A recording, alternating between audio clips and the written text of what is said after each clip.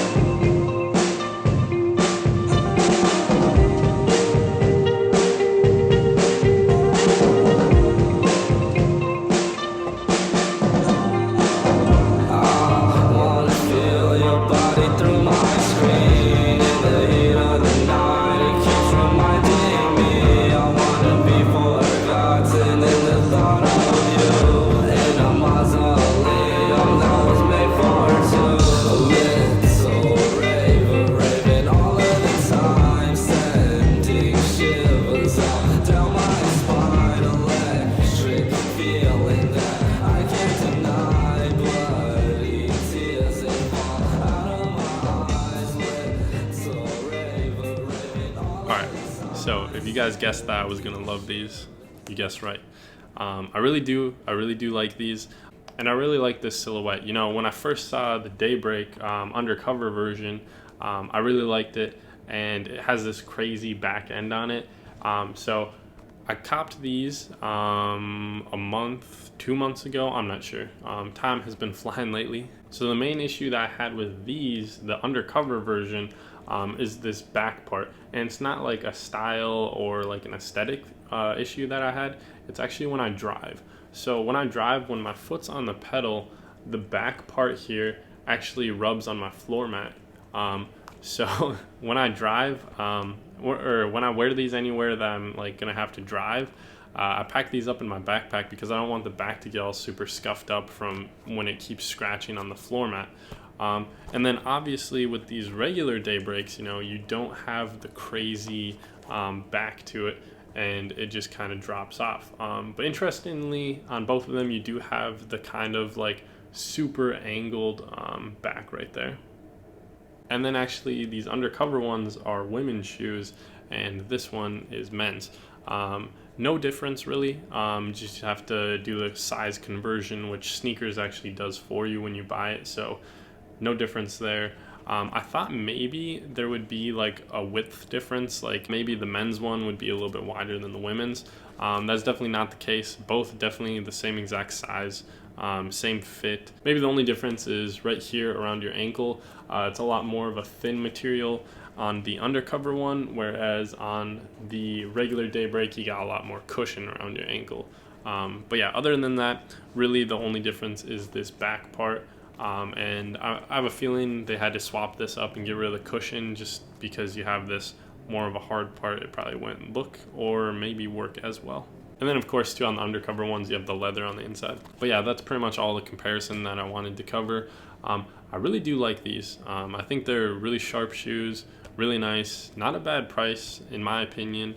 And I'm able to drive my car in these. Another thing I guess I'll point out is it's kind of difficult to tell on the Undercover version because they're colored, but this material right here is actually very thin, and you can probably actually see the light kind of going through it on the camera. But yeah, very thin material on the sides here, like more of a mesh than definitely not a canvas or anything, but yeah, more of like a mesh material. Very breathable and makes it pretty comfortable. I'm not too sure how they'll hold up in the long run. Down on the toes here with like flexing and everything, I feel like they might crease pretty easily. So we'll see how that goes. But yeah, in terms of like care also, there's a lot of suede on here. But since I already had the Undercover ones, I kind of got these as beaters, just ones that, you know, I knew I'd be able to drive everywhere in them, so they had a lower price point also. So I was just like, I'll just get these, you know, wear them a ton and just really enjoy them, whereas the Daybreaks will be kind of like the nicer version. But yeah, that's pretty much all that I wanted to mention. I'm very happy with the shoe. Pretty reasonable price, I think, and I'm going to get a lot of use out of them. I just really like the silhouette. That's why I had to buy another pair. Because I was like, wow, I want to wear these a lot more, but it's a pain to, you know, load them in my backpack and then wear other shoes and swap out of them whenever I drive anywhere. But yeah, I found the solution, and it's just buying another pair.